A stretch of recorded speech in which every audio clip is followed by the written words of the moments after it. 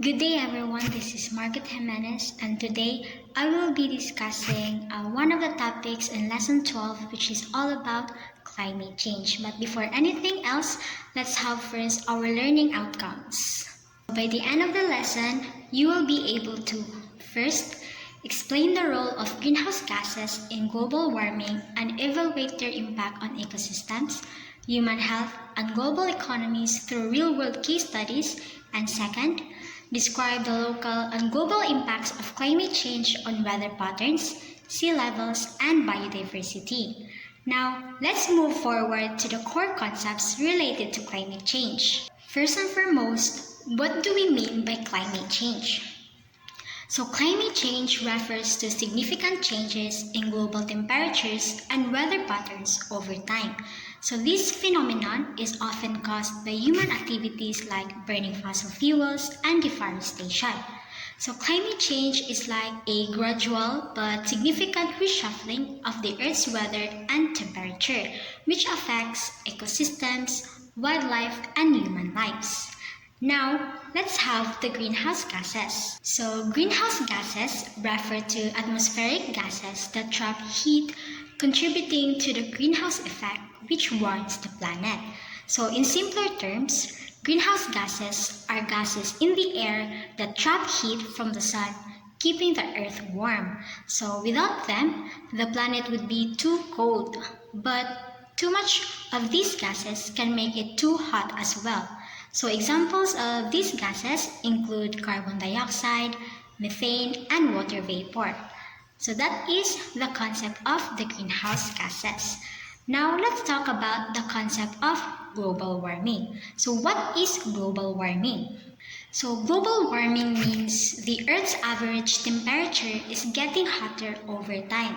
So this happens mainly because of human activities like burning fossil fuels and cutting down trees, which releases gas that trap heat. So as the planet warms, it causes big changes like stronger storms, rising sea levels, and changes in how plants and animals live. Take note. Both global warming and climate change are related concepts, but they are not exactly the same.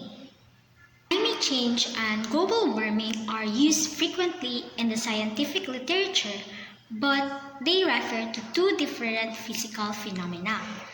Global warming refers to specifically to the long-term increase in the Earth's average surface temperature, primarily due to the rise in greenhouse gases.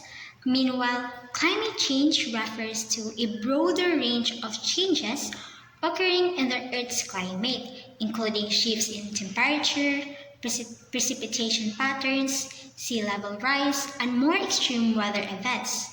So while global warming is a major driver of climate change encompasses all these changes, including those caused by natural factors and human activities.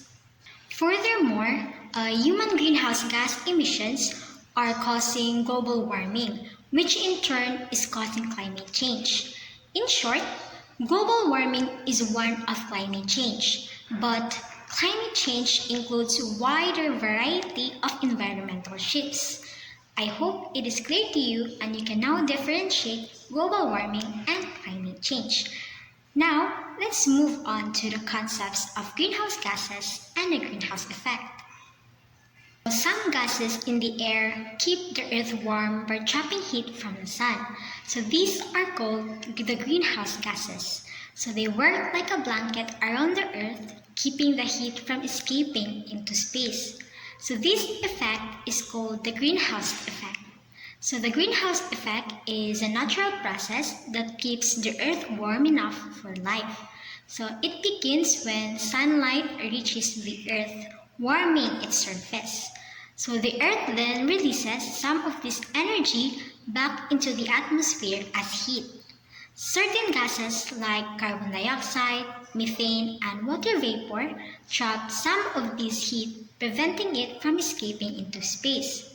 So this trapped heat acts like a blanket, keeping the planet warm. So while the greenhouse effect is essential for life, human activities have released too many greenhouse gases, making this blanket thicker and causing the earth to overheat, which leads to global warming. Now, let's dive into the causes that drive climate change. First, we have human activities, and the second one is due to natural factors. So, human activities have increased greenhouse gases in the atmosphere since the Industrial Revolution, leading to more heat retention and an increase in surface temperatures. So, we produce greenhouse gases in lots of different ways. First is burning fossil fuels. Fossil fuels such as oil, gas, and coal contain carbon dioxide that has been locked away in the ground for thousands of years. So when we take these out of the land and burn them, we release the stored carbon dioxide into the air. Second is deforestation. So forests remove and store carbon dioxide from the atmosphere. Cutting them down means that carbon dioxide builds up quicker since there are no trees to absorb it. Not only that, trees release the carbon that they stored when we burn them. The third one is agriculture. So planting crops and rearing animals releases many different types of greenhouse gases into the air. So for example, the nitrous oxide used for fertilizers is 10 times worse and is nearly 300 times more potent than carbon dioxide. So these circumstances produce greenhouse gases which lead to more heat retention.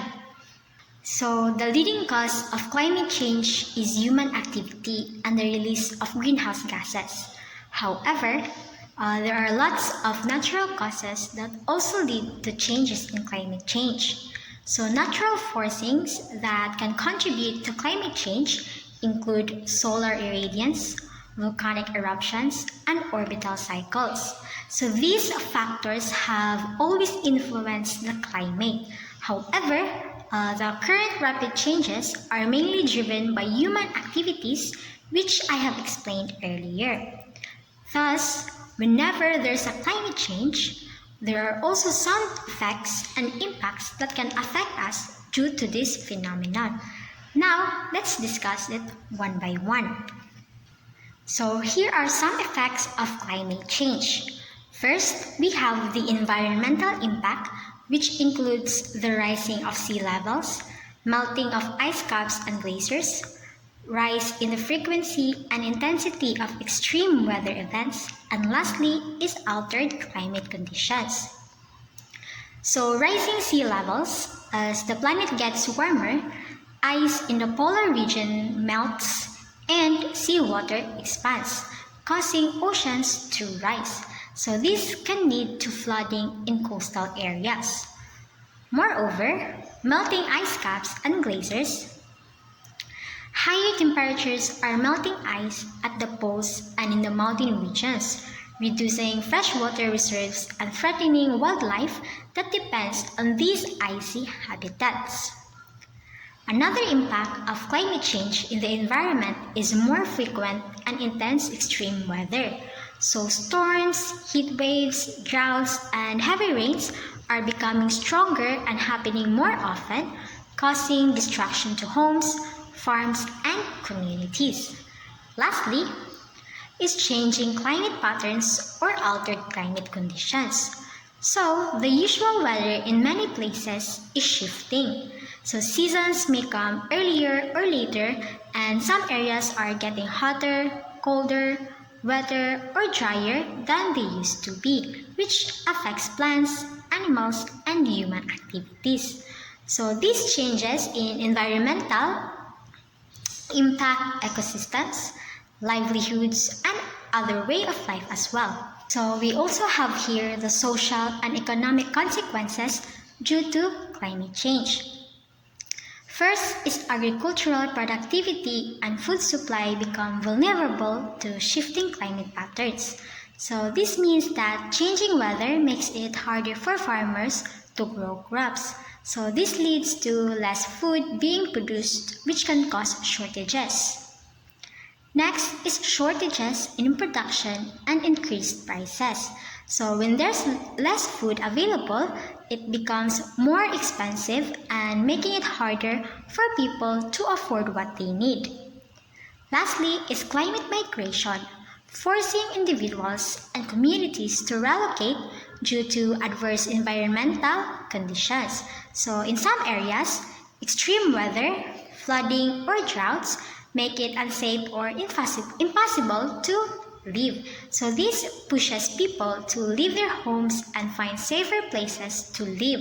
So these challenges affect everyone, especially poorer communities, and make life harder for people. So climate change is also affecting our health in the following ways. First is the rise in heat-related illnesses. So as the planet gets hotter, more people suffer from health problems like heat stroke, dehydration, and exhaustion, especially during heat waves. Second is the spread of vector-borne diseases like malaria and dengue. So warmer temperatures make it easier for mosquitoes and other insects to spread diseases like malaria and dengue to new areas where they didn't exist before. So these health risks are growing as the climate keeps changing, making it important to take action to protect people. So climate change is also causing big changes to ecosystems, the natural communities of plants, animals, and their environment. So first and foremost, habitats are destroyed, species go extinct, and invasive species take over. So rising temperatures, extreme weather, and human actions are destroying places where plants and animals live. So some species can survive these changes and may disappear forever. Moreover, as the environment changes, some species that weren't originally there might move in and take over, often causing problems for the original plants and animals. Second, animals and plants shift locations and food chains are disrupted. So animals and plants are moving to cooler or more suitable areas to survive, which can create problems where they move to.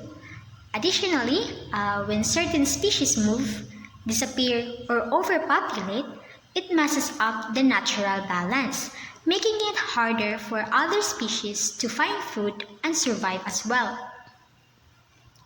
Lastly is that water becomes scarce, soil loses fertility, and coasts lose protection. So water sources may dry up and the soil may lose the nutrients plants need to grow. So this makes it harder for ecosystems to thrive. Also, rising sea levels and stronger storms damage coastlines, which protect communities and provide homes for many species. In short, climate change makes it harder for ecosystems to stay healthy and balanced, putting many species, including us humans, at risk. For us to prevent these impacts from happening, there are some mitigations that we can also do. First is reducing emissions, transitioning to renewable energy. So this means that using cleaner energy sources like solar, wind, and hydropower instead of burning fossil fuels like coal and oil that release harmful gases into the air. Next is reforestation and forest conservation. So planting more trees and protecting forests helps because trees absorb carbon dioxide, a gas that causes climate change. So keeping forests healthy also supports wildlife and prevents flooding. So we also need to have sustainable transportation. So using eco-friendly ways to travel, like riding bicycles, walking, carpooling, or using electric vehicles, reduces pollution from cars and buses that burn fuel. Lastly, we should conserve energy. So saving energy at home, work, or even sa school by turning off lights and appliances when not needed using energy efficient devices, and improving insulation to reduce heating or cooling use. So, taking everything into account, climate change is a critical issue primarily driven by human activities such as burning fossil fuels, deforestation, and agriculture, which release greenhouse gases into the atmosphere.